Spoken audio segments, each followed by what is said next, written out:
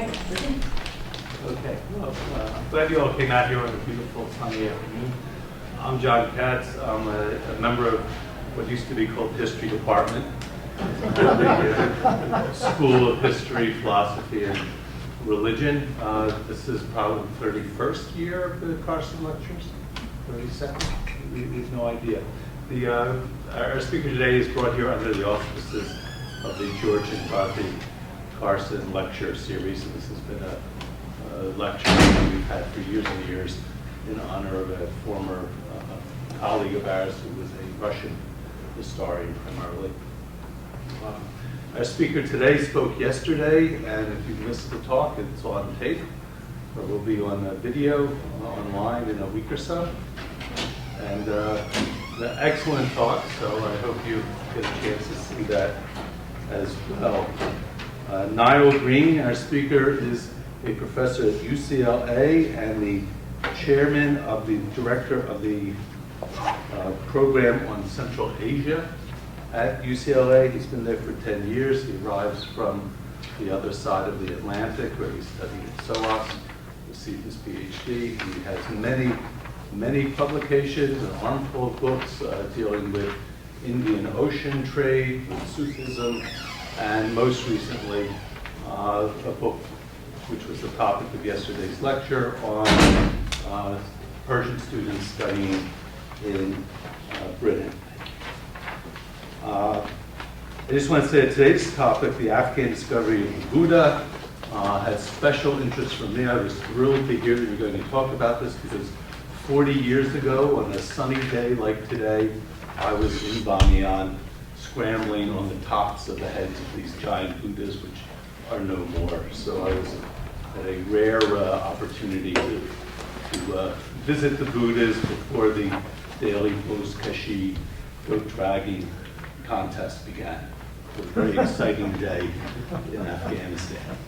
So with no further ado, let me welcome Niall Green.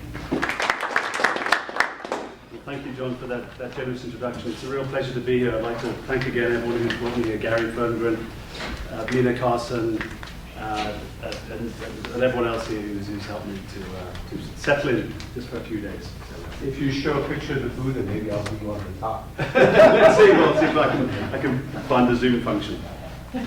So I'm talking today about a project, or a number of projects really I've been working on for a number of years, in which I'm trying to really broaden the scope of the study of Afghanistan beyond what I've called or what is widely known as I suppose, the great game narrative. The notion that Afghan history is perpetually shaped by these external invasions, whether British, Imperial, or Soviet. And I've been trying to build up in many ways a kind of a corpus of primary materials, and through my work directing the program on Central Asia at UCLA to try to develop a cohort of younger scholars to look at Afghan history through, in the title of a book I edited a year or two ago, Afghan History Through Afghan Eyes.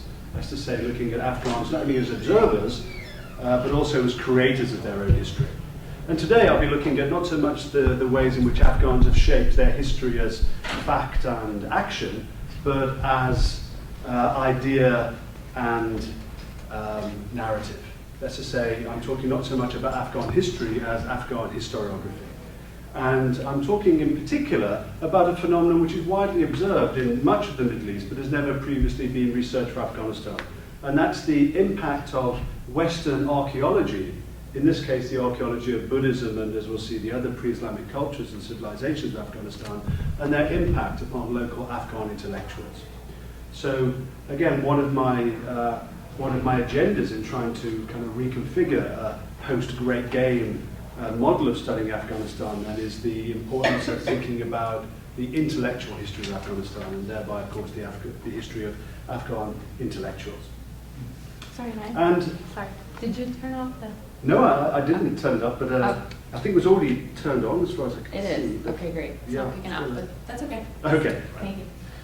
So, as signalled in my, if I go back to my title then, the subtitle is The Intellectual Prehistory of Islamist Iconoclasm. Well, I think as is perhaps one of the best known events in recent Afghan history was very tragically, as Professor Katz hinted at, the destruction, the explosion no less, of the Bamiyan Buddhas by the Taliban in March 2001. But course, although that's so widely known, what isn't known, and what I've been working on recently then, is the prehistory, as I've noted that in my subtitle there, the prehistory of that Islamist iconoclasm, in which Afghan intellectuals, and indeed the Afghan state and its official cultural institutions, promoted a history of Afghanistan very much based around its Buddhist and particularly also its Kushan, we'll talk about more of those later, that's to say, its pre-Islamic history. Quite a distinctive historiographical and indeed official historical narrative of the state then, of course quite in distinction to that of the Taliban and other Islamist movements. What I'll be talking about today then in outline, and I have lots of images to show you from my research in Kabul and elsewhere, I'll be talking about a series of new cultural interactions which began after 1919. And why is 1919 so important? Well, that's the date then, within the familiar Great Game narrative, this is the date of the Third Anglo-Afghan War, but more importantly, for the afterlife of Afghanistan, indeed its intellectuals and its cultural life, it was in 1919 when Afghanistan was formally independent and fully independent insofar as it had the ability to conduct its own foreign policy. That foreign policy also had a cultural diplomatic element. Embassies were established overseas, particularly in the non-imperial capitals, or at least as far as Afghanistan was concerned, the non-imperial capitals, the most important being Paris. And as we'll see then, one of the very early impacts of Afghan independence in 1919 was the establishment in 1922 of the French archaeological, Afghan-French, Franco-Afghan Archaeological Convention, which would bring for the first time trained and, let's say, legal archaeology to Afghanistan, solely under a French monopoly for a number of decades. What we'll be looking at then today then is the emergence, as I've noted here, of a pre-Islamic historiography in Dari, in Afghan Persian, that was composed in dialogue with French archaeologists. And as we'll see, this led to radical changes in Afghanistan's historical identity between the 1930s and the 1960s in particular. Well, now we'll look at what I call the modern history of Afghanistan in 3 postage stamps. 1909, we're looking here at a postage stamp of Amir Habibullah, the ruler of Afghanistan from 1901 to 1919. He inherited from his father, the Iron Amir, Amir Abdul Rahman Khan, the title of Amir al-Mu'minin, Commander of the Faithful, a very ancient, if you like, kind of classical Islamic title of political and authority over the community, a community of Muslims then. We'll note on the postage stamp a couple of things. One, that it is quite literally a stamp. It's not a piece of paper, as it were, that you stick on to another piece of paper. It's a stamp. The limits of printing technology there in Afghanistan. Printing began in Afghanistan a little bit in the early 1870s, but effectively only begins in any meaningful way with the government press founded around 1912. Here we have in 1909 then quite literally a stamp issued from the Dak Khana, so the word at the top then very much from the kind of Urdu and older Persian usage for postage, the Dak Khana, and the central motif of Afghan statehood then, reflecting the title of the ruler of Afghanistan, Commander of the Faithful, is a mosque.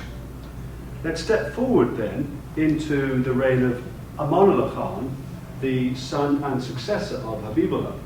He changes his title from Amir al-Mu'minin, Commander of the Faithful, to King, and establishes Afghanistan as a monarchy in the European sense in 1926 or 27, I forget the exact year of that.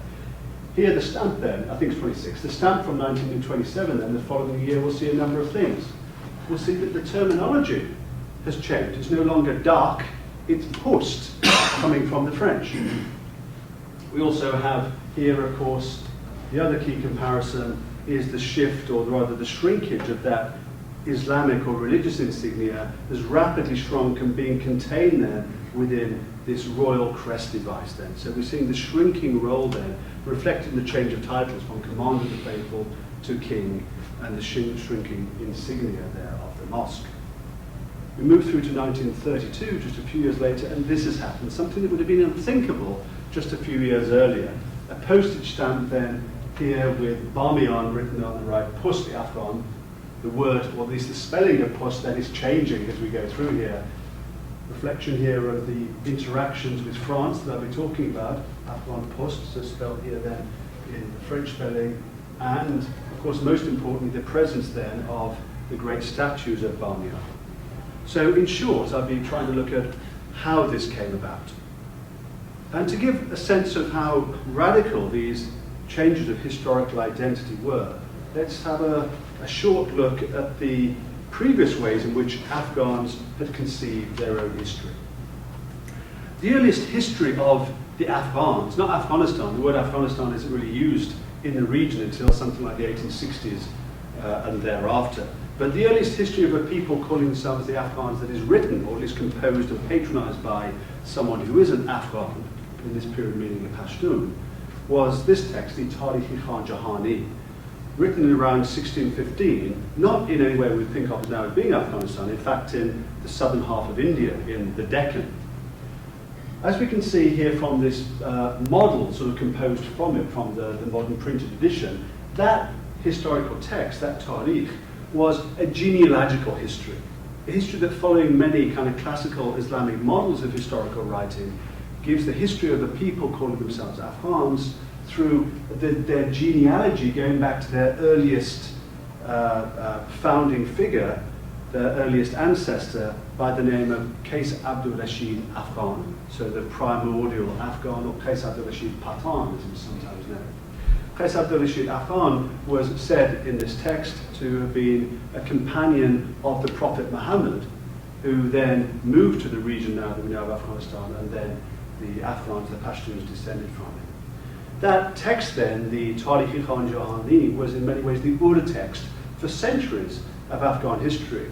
It was circulated in many, many manuscript editions, shorter versions that were written as well, called the Mahzan-i Afghani, Afghan Treasury, and it shaped subsequent Afghan historical texts written in the 18th and 19th centuries, such as the Khulasat al-Ansab, written by Hafiz al-Ahmad Khan, a ruler of the Afghan kingdom in North India. That text, Khulasat al-Ansab, meaning the shortened version, I guess, an abbreviated version of genealogy, I suppose we could translate it. And a later text, 1865, Hayat-i Afghan, Afghan Life, or the Life of the Afghans, again drawing on this text. The other type of Afghan history that was emerging in this period, as we move forward in time through the 19th century then, was transnational in mode, and for the first time being printed. This is a period though in which printing hasn't yet spread to Afghanistan, and indeed the author of this text, perhaps the most famous Afghan of at least, probably of modern times for the wider world at least, Jamaluddin al-Afghani, wasn't himself actually Afghan, but claimed to be such. He was living in Cairo, involved with various Islamic reformists, Islamic modernists, and in 1878, just before the Second Anglo-Afghan War, and just crucially before the British annexation of Egypt in 1881, he wrote the Arabic history of Afghanistan, Kitab Tatamat al-Bayan fi Tarikh al-Afghan, a clear exposition of Afghan history, in which, again, the emphasis on who the Afghans were was similarly based upon their nasab, their genealogy, and their ism. Who was the original Afghan that gives this name Afghans? What was the genealogy from him? But it was also a warning, albeit a warning to Egyptians, that look what might happen to you if you follow the ways of the Afghans. You'll be annexed or attacked by the British, just as they were in the First and Second Anglo-Afghan Wars.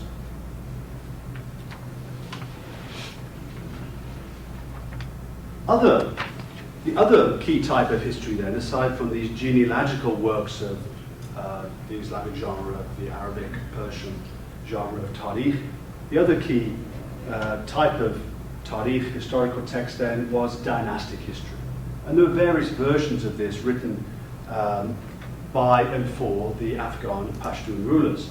Abdul Rahman Khan, the Iron Emir, the ruler of Afghanistan himself, wrote, or at least dictated this text, the al-Tawarikh, the crown, a kind of regal sense there, the crown of histories.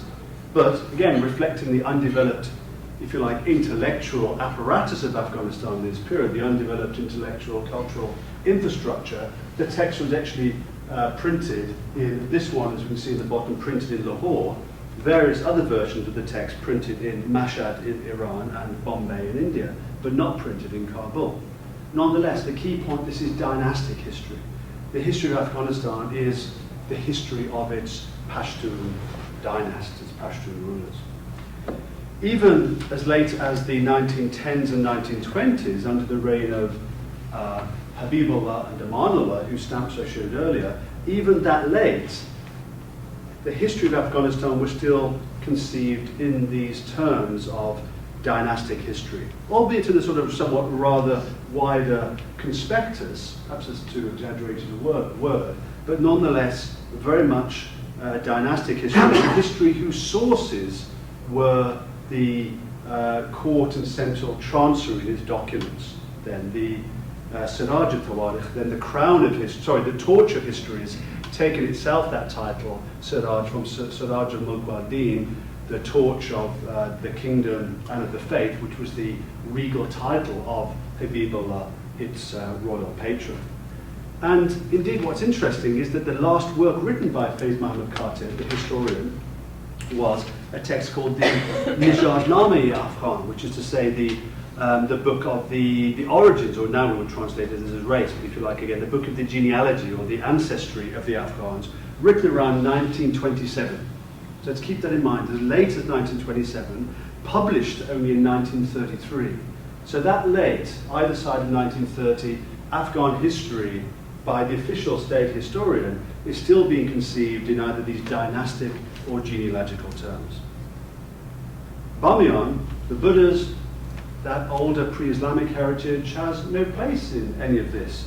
As far as I've been able to find, the only early Persian account, at least from this period, at least there were some medieval references to the Buddha in the al-Tawarikh of Jahani and various kind of Mongol era historians. But in the modern period, the only Persian account of the Bamiyan Buddhas I've been able to find is actually from this Iranian magazine from 1885, Sharaf, which has this rather fascinating reprinted lithographic drawing. But the drawing itself was the clue that this text was itself a translation from the British great game player Sir Alexander Bukhara Burns' own account of travelling to Bamiyan in the 1830s. In Afghanistan itself, then, this text didn't circulate as far as we know. There was no account of incorporating that older history into the history of the Afghans. The key change then comes, as I mentioned, after 1919 and the rapid setting up of a new intellectual infrastructure.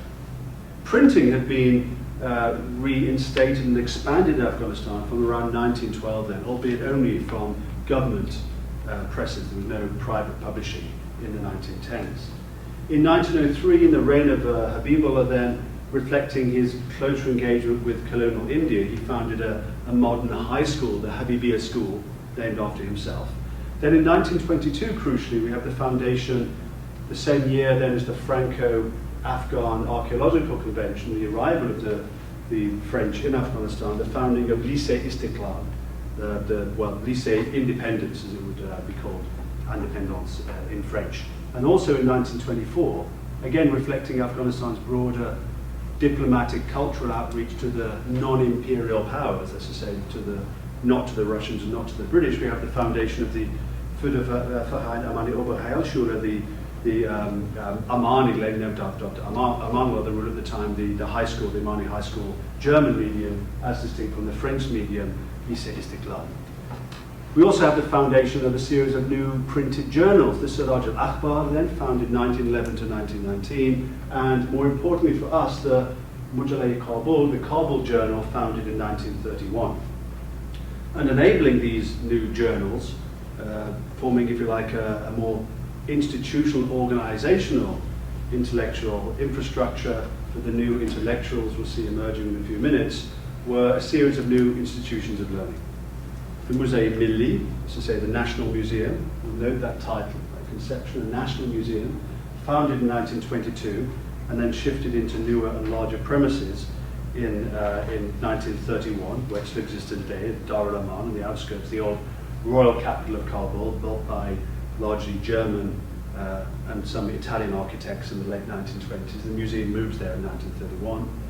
and in 1930 the foundation of the Anjuman-i Adabi-yi, the Kabul Literary Society, an official state cultural institution which will have published its journal then, the one here, the Kabul Journal from 1931. And although this association then has the title of the Literary Association, the Anjuman-i Adabi. So the Literary Society also had within its domain historical, sociological, indeed even scientific topics as well. Some of the early issues, in fact, give a history of the motor car as well as histories of developments in chemistry and other subjects. Then the missing line from there, the other key institution of learning, all of these state-led, state-appointed, was the Anjuman-i Tarikh, the historical society, the Afghan Historical Society, founded in 1942.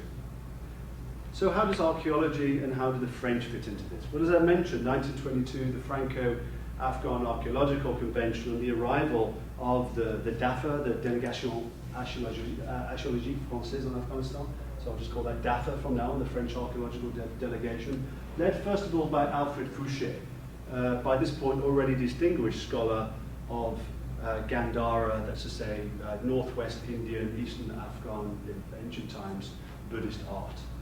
The first digs are conducted not until 1926, when a certain Jules Batu, also a member of DAFA, carries out digs at Hada that we can see here. From this image from the DAFA archives in Paris, we can see here, of course, I get a sense of the Afghans, of course, who are mostly doing the digging.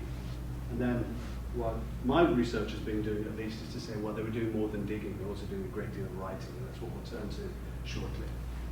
Well, it founded in 1922, and as I said, moving to its new headquarters here in the new royal capital on the edge of Kabul, Dar Aman, in 1931, is the Musée Milli, the National Museum. It's there that through the policy of partage then, the policy of the division of the spoils, division of the finds, the discoveries from Hada, the trenches here at Hada, to the east of Kabul, Buddhist finds, largely in stucco, are placed there in 1926 and 1927. Unfortunately, many of them will be smashed in 1929, and the rebellion, in many ways the Islamic rebellion of Habibullah who overthrew Amanullah and many of his self-declared mujahideen as early as 1929, destroyed the statues. There was opposition then to this emerging state-led interest in the pre-Islamic history of Afghanistan, even as early as that.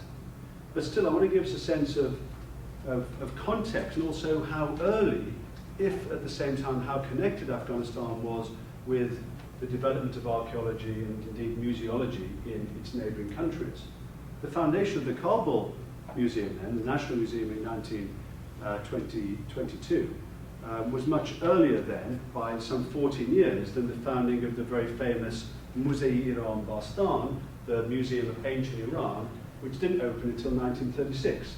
And we can see it here in its neo-Sasanian design, having been designed by André Godard, the French architect and archaeological draftsman, who had previously worked with DAFA in Afghanistan and only then moved to Iran to be appointed as head and indeed as architect of the archaeological and the Museum of Ancient Iran. So in Afghanistan then, we've seen these new institutions emerge. Now let's look a little at their personnel.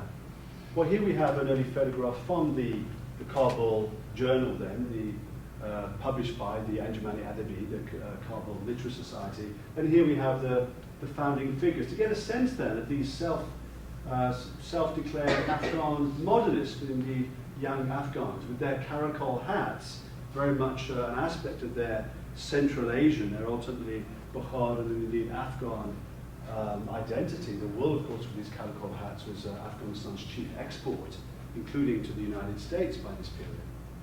And then we have, as I've mentioned, the foundation of various branches of that literary society, including the historical branch. And the figure on whom I want to focus as I go on today is the gentleman standing here, Ahmad Ali Kozad. And the person standing next to him, Yaqub Hassan Khan, I'll briefly refer to him as well. These were two new figures who were absolutely key in introducing from European texts, British and particularly French, new conceptions of Afghanistan's history based upon archaeological and indeed linguistic discoveries. So very briefly, I'll touch upon the gentleman then here on the left, this figure here, Yaqub Hassan Khan. He begins publishing from the mid-30s in the Kabul journal, the Anjuman-i Adabi-yi, the Literary Society's official journal, then works such as this, Tarikh-i Afghanistan.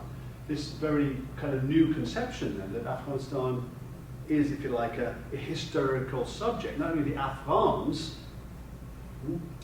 the older texts, of course, were history of the Afghans. Now we have a history as an ethnic group, if you like, Pashtun Afghan. Now we have a history of a national entity in Afghanistan. And what's more, it has an ancient history. In his essay here, Yaqub Hassan Khan draws upon largely British writings, English texts at least, ultimately, I suppose, Antipodean works, including the writings of Gordon Childe, the, if I remember correctly, New Zealand, but ultimately Cambridge archaeologist, and of course a pioneer as he was of the idea of the history of the Indo-Europeans in connecting Afghans, Afghanistan, and the Pashtuns to that new, if you like, kind of linguistic-based Indo-European history. He also draws upon the Cambridge History of India, which had just been published with its own accounts of ancient history of northwestern India and how Afghanistan, Yaqub Hassan is trying to establish how they might be connected. But it's largely the French, and again, a very deliberate part of this new independent policy of independent Afghanistan, of engaging diplomatically, politically, economically, and for my purposes today, culturally and intellectually, the non-imperial powers. Not Britain, not Russia, but in this case, France.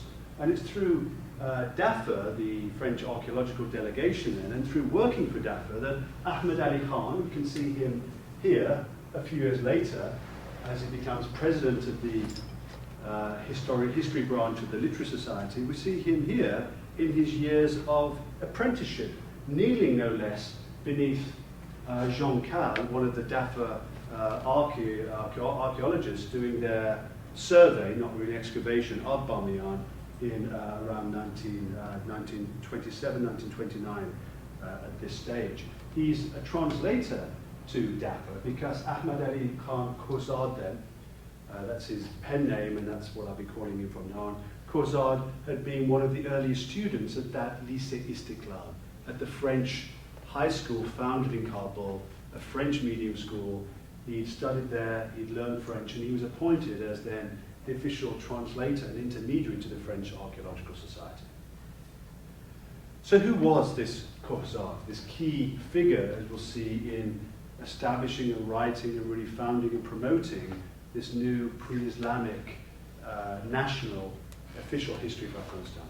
He'd been born in Kabul in 1907 to a family of ethnically Turkic Qizilbash, a community having been introduced to Afghanistan in the first half of the 18th century by Nader Shah, the sort of, if you like, the last of the great Central Asian or Iran-based, at least, empire founders. The Qizilbash then, ever since the 18th century, although being ethnically Turkic, have been close to the state and close to the ruling Pashtun dynasts. He was a graduate, as I mentioned, from Lycée Istiklal, the French school, became translated to DAFA, and then joined the Anjuman-i Adabi-yi, the Literary Society, soon after its foundation. He starts working then with the Literary Society with a number of translations and accounts of what the French archaeologists are finding. And this is the first moment at which then the French archaeological discoveries are starting to be reported to this emerging intelligentsia, modern intelligentsia in Afghanistan. And it's really very notable that the state investment in printing apparatus, not least to be able to print photographs, is really remarkable, bearing in mind that printing had only been reintroduced to the country just over 2 decades earlier. Remember that even the king of Afghanistan, who ruled until 1901, was having to have his own autobiography published in Iran and in colonial India. What's striking about Khozad's work, and one of the things that particularly interests me, is his new methodology, or at least a methodology that's new for historians in and of Afghanistan. He reports upon the findings of coins and writes in 1937 an article in the Kabul Journal, and indeed a short monograph on the usage of coins for the writing of history. For us numismatics, it's perhaps a boring, if nonetheless a take-for-granted subject of historical value. Of course, for the Afghan historians previously writing those dynastic and genealogical accounts, the forms of their source materials were either the oral histories, the legends told by various tribal heads and tribal elders who had informed the Tarikh-i Jahani of the 18th century, of the 17th century, and other 18th century texts, or else the court chancery documents that had informed the al-Tawarikh, written in the 1910s and 20s. So this is really a radical new proposition of coins as a source of history.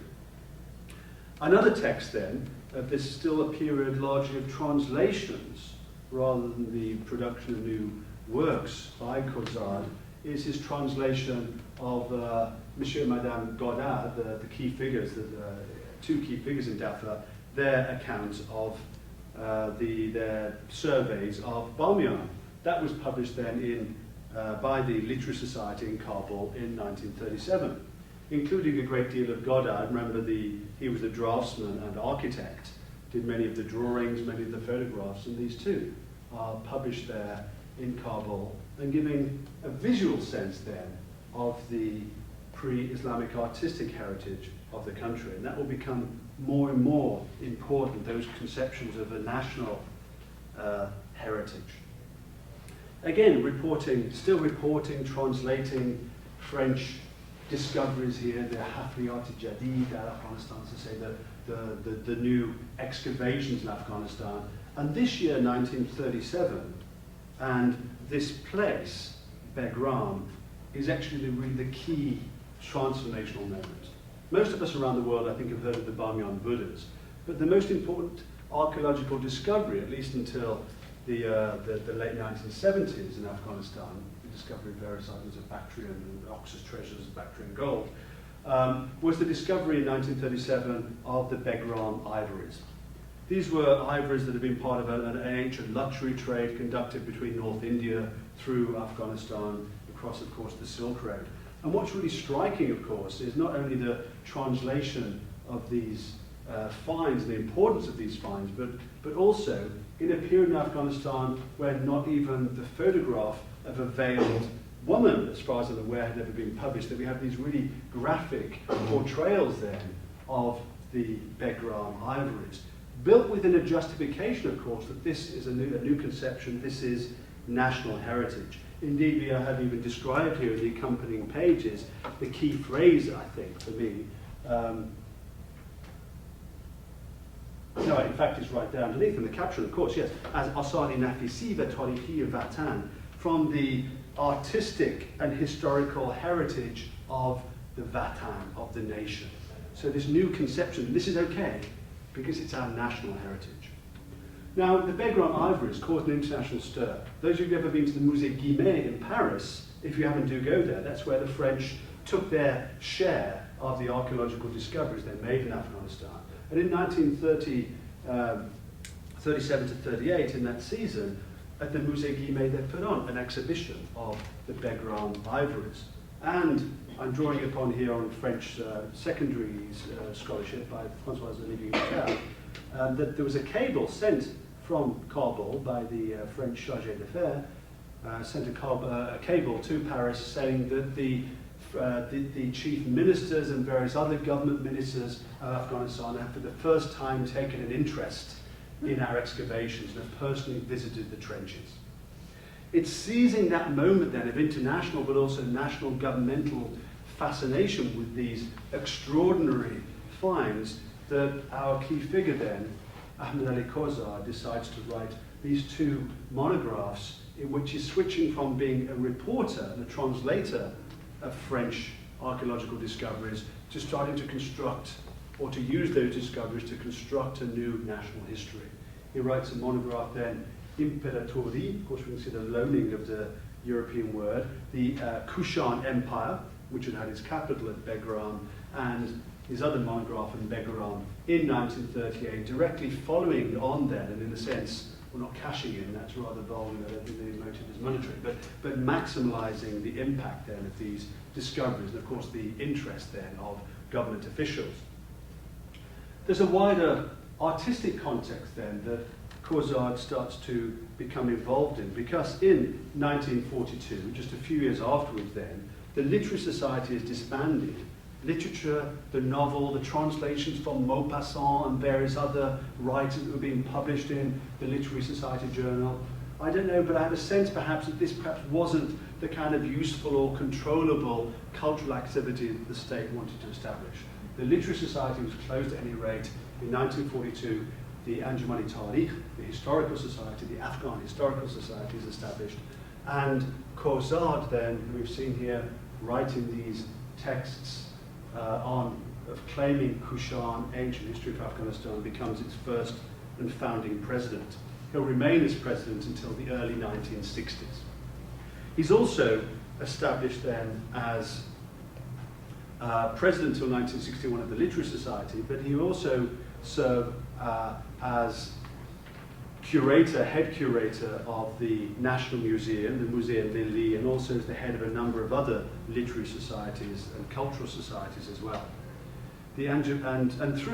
Through his role in the museum, I suppose that's why I put this here, he also sets up in the 1940s a salon d'automne, again reflecting the French cultural influence. That's to say an autumnal salon, but in the sense of an artistic salon, in which he patronizes various Afghan artists, a few of whom have been trained in Berlin and in Paris, to start producing these new, if you like, to my eye, rather Art Deco versions reflecting the 1920s kind of Paris training of these artists, Afghan artists, who are indeed introduced and whose work is shown off to local government ministers and others through the Salon d'Automne that Khozad institutes annually at the museum in Kabul.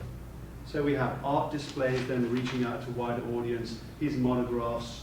From 1942, the New Persian Historical Journal, the first Afghan historical magazine or journal, with the title not Afghanistan, of course, note, but Aryana, claiming then this ancient name for the country, and no doubt in historiographical competition with Iran. Remember, in the late 1920s, Reza Shah, the new nationalist ruler of Iran, or in the early 1930s, actually forget some more correctly there.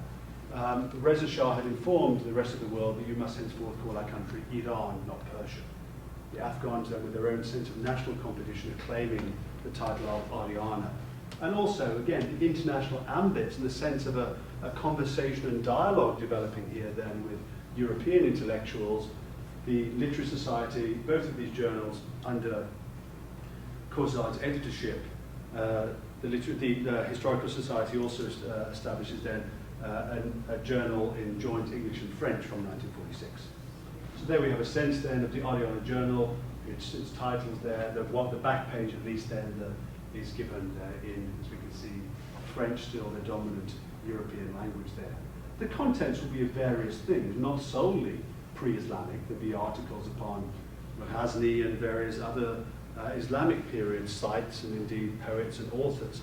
But the editor, and indeed the mainstay of the journal, and of course its title is Ancient Pre-Islamic History. Khozad increasingly publishes articles then in the Aryana Journal, using it as a vehicle for his own promotion then of this state-led model of Afghan history. In the early to mid-1940s, as part of his commission to be the president of the Afghan Historical Society, he writes the first official history of Afghanistan in Afghanistan. This is not of the Pashtun dynasty, not of the Afghan Pashtun people, but of the nation state of Afghanistan. And of the 3 volumes of that history, the first 2 volumes are on ancient history. So again, the prioritizing of pre-Islamic history over the Islamic period. Through the 1940s and 50s then, he continues translating and indeed writing new articles on various elements, not only political history, but also crucially art history. Again, these historiographical innovations that are really key in this period. We get a sense of the kind of the novelties, not least the linguistic novelties of trying to create this new art historical discourse in Dari Persian. So we have the title of this article here, as we can see, just about Sanat Yunanu-Budda'i ya Grego-Buddhic. That's to say, in Persian, Greco-Buddhist art or Greco-Buddhic. That's to say, borrowing from the French there, even in the Persian. And what's being borrowed there is the very language and indeed the title of Caussard's key source text here. Alfred Fouché, the founder of the French archaeological delegation, his magnum opus from 1905, La Greco-Buddhique du Gandhara, that's to say, Greco-Buddhic art, so to speak, of Gandhara. Throughout this and these other art historical writings, Caussard is again trying to create this new vocabulary for how to describe these Buddhist, these Gandhara statues. He doesn't want to describe them as Buddhs, as the Buddh, the traditional word in Persian, or indeed as a Buddhist monastery or temple, as a butt-shikan, because butt, coming of course etymologically from the Sanskrit term for Buddha, means in Persian an idol, and a butt-shikan is an idol house. These are pejorative, negative terms. He doesn't want to call them butts in Persian. He doesn't want to use the term sanam from the Arabic, from the Quranic Arabic, because again, these are idols to which Muslims should not bow down, and of course to some ideas should indeed destroy them. So he talks in terms of mujassama, sculpture, statue, much more neutral vocabulary. He talks in terms of a ma'bad, that's to say a place of worship, rather than a butt-shikan. And again, that Arabic-derived term, ma'bad, again, is neutral, but also positive rather than pejorative. Of course, it's coming from the same root word for worship, and indeed for the relationship between Muslims and God. So creating this much more positive vocabulary for Buddhism, Buddhist worship, and indeed Buddhist art. So these Franco-Buddhist connections continue then as DAFA continues its work in the post-war period through the 40s and 50s. And one part of this, one part of the wider ambit of nationalist historiographical work that Caussard is involved in, again in this collaborative way, pointing to the different purposes of the French expedition and what local intellectuals are making of that, is the collecting of folklore. During the 1920s and 30s, when Caussard had been accompanying the French archaeologists, particularly Akin and his wife Ria Akin, in the region around the excavations around Bamiyan and to the east around the old Kushan capital as well. Ria Akin, the wife of the archaeologist, had been involved not in archaeological work but in collecting folklore. It was in a sense something that meaningful, of course, but it wasn't the professional work that her husband was being paid for. Caussard became her helper in this by translating the folklore of the local peoples who lived around the excavation sites. This led to the publication in France then, just after the war then, when the DAFA began its activities again under the Musée Guimet's imprint of Legends and Customs of Afghanistan by Ria Akin and Ahmed Ali Caussard. Of course, for the French side, this is, if you like, part of folklore studies, not really anthropology. It's a collection of simple folk tales from Afghanistan for French readers that could be bought by French visitors to the Musée Guimet. For Caussard's purposes, he's using these folk tales in his book on Begram and his other works to be able to establish a link between the ancient inhabitants of Afghanistan and their modern, as he sees it, descendants. Why and how? Because the folklore of the present residents of places like Bamiyan and the other sites of the excavations, they have their stories and thereby memories of the ancient past of the kings who ruled there, thus establishing, if you like, a nationalist connection that the present-day inhabitants are indeed the heirs and descendants of those ancient inhabitants of Afghanistan in time immemorial. The Kushans become really key to Caussard, not least because it was their capital, of course, at Begram, that had been excavated in the 1930s, and he was able to claim for Afghanistan the Kushans in a way that he couldn't claim in many ways other civilizations that had ruled over parts of Afghanistan, but had had their capitals in what were, by the 20th century, other nation states, not least Pakistan and Iran. By the 1950s, new archaeological discoveries, again led by DAFA, in this case by Daniel Schumberger, the post-war director of DAFA, Khuzad, again, working alongside, often, sometimes overseeing, certainly often visiting the sites of the excavations. I'm sorry this is in such poor state, but kind of these works often survive only in one copy, either in Kabul or in Paris, or of all places in Nebraska, Omaha, which has the best Afghan primary source library in the whole of the United States, and in many ways in the rest of the world. How about that? So, Khuzad and Sort Kotal, the new discoveries then at Sort Kotal then, and what's happening here, and what's really, I think, very striking, is that Khuzad is in many ways getting the scoop on Sort Kotal, insofar as he's publishing his archaeological reports on Sort Kotal before Daniel Schlumberger is able to publish his in France itself.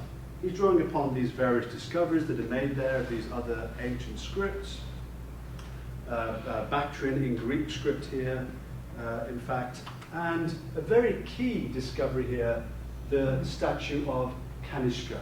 Kanishka, the ancient ruler of the Kushan, or indeed the ancient Kushan emperor, and interestingly enough, the figure I call the Taliban's forgotten victim. We all know about the Taliban's destruction of the Bamiyan Buddhas, but they also destroyed and shattered to pieces this statue of Kanishka, the ancient emperor of the Kushan Empire, which was until the early 2000s then in the Kabul Museum, the National Museum in Kabul. And why? Well, at least for Khuzad, this is extremely important because this is the statue then of the founder of the greatest ancient empire of ancient Aryana, of ancient Afghanistan. And indeed, in world historical terms, this is only one of two statues that have ever been found of Kanishka. The other one, a rather poorer version, had been found in the Indian archaeological site at Mathura in the 1890s. So Khuzad's vision then, the vision of the modern nation state of Afghanistan being the lineal heir to the ancient great civilization of the Kushans and of ancient Aryana with its Buddhist and indeed by Sort Kotal its Zoroastrian sites as well. In the text, I should have mentioned in the short book that Khuzad writes on Sort Kotal, in this introduction here, he translates a speech at the Afghan French Society in Kabul by Schlumberger, the DAFA director. But he also gives his own account of why Sort Kotal is important. He says it's important because previously we knew of Afghanistan as a center of Buddhist religiosity. We knew it as a center of the religiosity of nature worship, which he describes from these various other statues. But now, and for archaeologists more general, Sort Kotal is important because it's the discovery of the largest and most important ancient fire temple. So of course I said now we can actually say that Afghanistan was the center of the ancient civilization and religion of Zoroastrianism as well. Indeed, this is of course the period when Iranians and Afghans are competing for the birthplace of Zoroaster, the founder of the religion himself. So Khuzad's vision then is increasingly institutionalized. He's head for 20 years of the Anjuman-i Tarikh, the Historical Society, he's curator of the National Museum, he's director of the Pashto Tulana, that's to say the Pashto Literary Society, because the Historical Society and the Museum are mostly publishing in Persian. He's also head of the National Pashto Literary Society. He's doing regular radio programs with the foundation of Radio Afghanistan and Radio Kabul in the 1950s and 60s. A lot of radio programs dominating, in that sense, the airwaves. There's no other national media. And he's also helping to shape school textbooks as well, which in an age of increasing state and mass education is extremely important. This was pointed out to me a few months ago by Llewellyn Morgan, an Oxford classicist, an Oxford scholar who's written a book on the Bamiyan Buddhists, who very generously sent me a copy of this, which was the founding of the Afghanistan Bank, as it's called in Pashto, the Afghan Bank, the National Bank of Afghanistan, which was founded in 1939.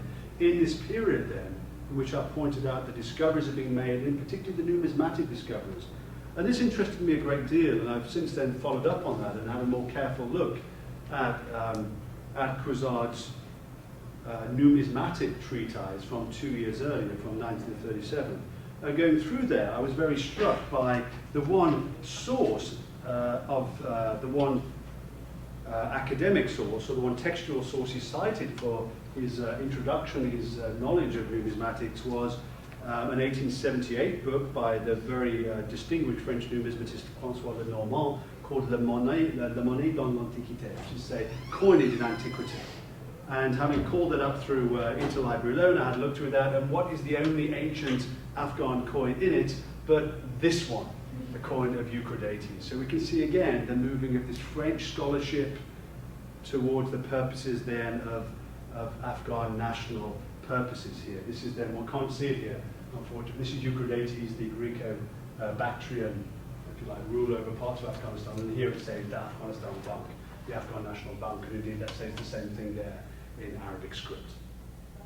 Around the same period then, 1951, another reissue then of an updated version of the Bamiyan Buddha stamps. Again, we can note here, implicit within this nationalist purpose of framing down a national history for Afghanistan qua Aryana, we can see written into that, of course, the transnational dimension. The term Pust, then, of course, there in the Arabic script. Here, of course, this was as we're relying on the French spelling as well. And what's cut up on the bottom, one can't actually see there, is that the stamps themselves were printed by Waterloo and Sons Limited of London, a very important international stamp printer. Well, as I sort of draw closer towards the close of what I'll be talking about then, but by the 1950s, through his radio broadcast, but also through other means of public outreach, Khozad is reaching beyond, if you like, the government officials and the new intelligentsia of the literary society and so on, and the universities being established by this period. He's also writing a guidebook for the middle-class Afghans who are then the products of the new schools and universities, Rahnamai Bamiyan, literally a guidebook to Bamiyan. And in this book, again, published under the imprint up there, one can see the imprint of the symbol there of the Afghan Historical Society. This is a very practical how-to guidebook. How far is it by road from Kabul to Bamiyan? What are the state of the roads like? What are the hotels like? As well, of course, as a discussion of the historical, albeit touristic sites. The international dimensions of this again, of creating a great national civilizational heritage for the new independent nation state of Afghanistan, particularly in the Cold War era, the era, of course, of non-alignment, etc., is the signing, a key moment is the signing of the Sino-Afghan communique of 1957, signed by the Afghan Prime Minister Dawood Khan, you can see him there, the gentleman with the bald head, and the Chinese Prime Minister Zhu Enlai, representing, of course, the establishment of diplomatic relations between Afghanistan and the PRC, the People's Republic of China, Communist China. And Khozad then, as Afghanistan's official state historian, has a role to play here. Coinciding then with that diplomatic meeting then from the same year, he publishes his translation into Persian, then into English, perhaps with help, I'm not sure about that, of a text that he knew of via the French, which was indeed a French sinological translation of the very well-known records of the Grand Historian from Sima Qian, written around 94 BC. And this aspect, this extract, this section from the records of the Grand Historian then deals with what he's calling here Taliban, but what I think is normally vocalized as Dayuan, which is in turn from, I'm getting beyond my linguistic competence here, I freely can confess, derived from the Sanskrit Yavana, which is to say Greek. And the subject here is this Greco-Bactrian settlement in the Fergana Valley of what's now Afghanistan. But as far as Khozad was concerned, this was the ancient meeting point between China and Afghanistan via the Greco-Buddhist heritage, or the Bactrian Greeks, who of course had been in Afghanistan and been in contact with China in ancient times. We have always been in contact, we've always been in diplomatic harmony and indeed in economic contact. The messages from the times of Sima Qian then in 94 BC to the signing of the Sino-Afghan communique of 1957. I'm sorry, could you describe what that device is at the top of each page? Yeah, this is the insignia of the Afghan Historical Society. Where it comes from, I'm not entirely sure, but I can't help but think, given the very close What I haven't talked about, we could do in the Q&A, the very close connection that Afghanistan has with Germany, and indeed Nazi Germany in the 1930s. I can't help but think there's something of a Habsburg or indeed post-Habsburg eagle in there, but someone else might. It's a little bit like the Zoroastrian society. Well, yeah, that's also possible. Al-Bahar, yeah, that's right. And even goes back beyond that, I think, to Assyria and the Hittites. Yeah, right, yeah. Well, let's return to that in the Q&A, because I'm about to wrap up now anyway. So, I think what I hope I've tried to point to, at least, is that there is this very rich, very intellectually informed historiography of Afghanistan, and indeed an official historiography, state-sponsored historiography of Afghanistan that informs intelligentsia, but also the general public between the 1930s and the 1960s, and certainly thereafter. I'm sure some of you might have met Afghans with names like Aryana, or indeed other names that become, in fact, common, these ancient names that become common for Afghans, and certainly secular Afghans, raised in the 1960s and 70s, and indeed afterwards in the wake of Kozak's work. That's not to say that from later periods, particularly by the 1980s, 90s, 2000s, there is this new Islamist, or certainly an-iconic historiography being composed, whether by Pakistani authors, Sadiq Hasan Khan with his novel butt-shikan, a celebratory history of Mahmud of Ghazna as the butt-shikan, as the idol breaker, or indeed other works, again, butt-shikan, idol breaker, that explicitly celebrated the destruction of the Bamiyan Buddhas. But nonetheless, before the rise of those neo-iconoclasts in the late 20th century, we can, I hope, get a sense from my lecture today of this older and indeed dialogical discovery of the deep pre-Islamic history of Afghanistan, that also saw, in line with my aim of helping develop an intellectual history for Afghanistan, this new dialogical discovery of the ancient pre-Islamic past inculcated the rise of new historical practices then, archaeology, museology, numismatics, and the use, of course, of non-Islamic, Chinese, Greek, whatever it might be, Sanskrit sources. And indeed, also, as we've seen, of course, this was very much not just the work of a few, let's say, kind of liberal, sidelined intellectuals, but this was the official state-sponsored history of Afghanistan, showing then overall the complex history of much better known modern iconoclasm. Thank you for listening.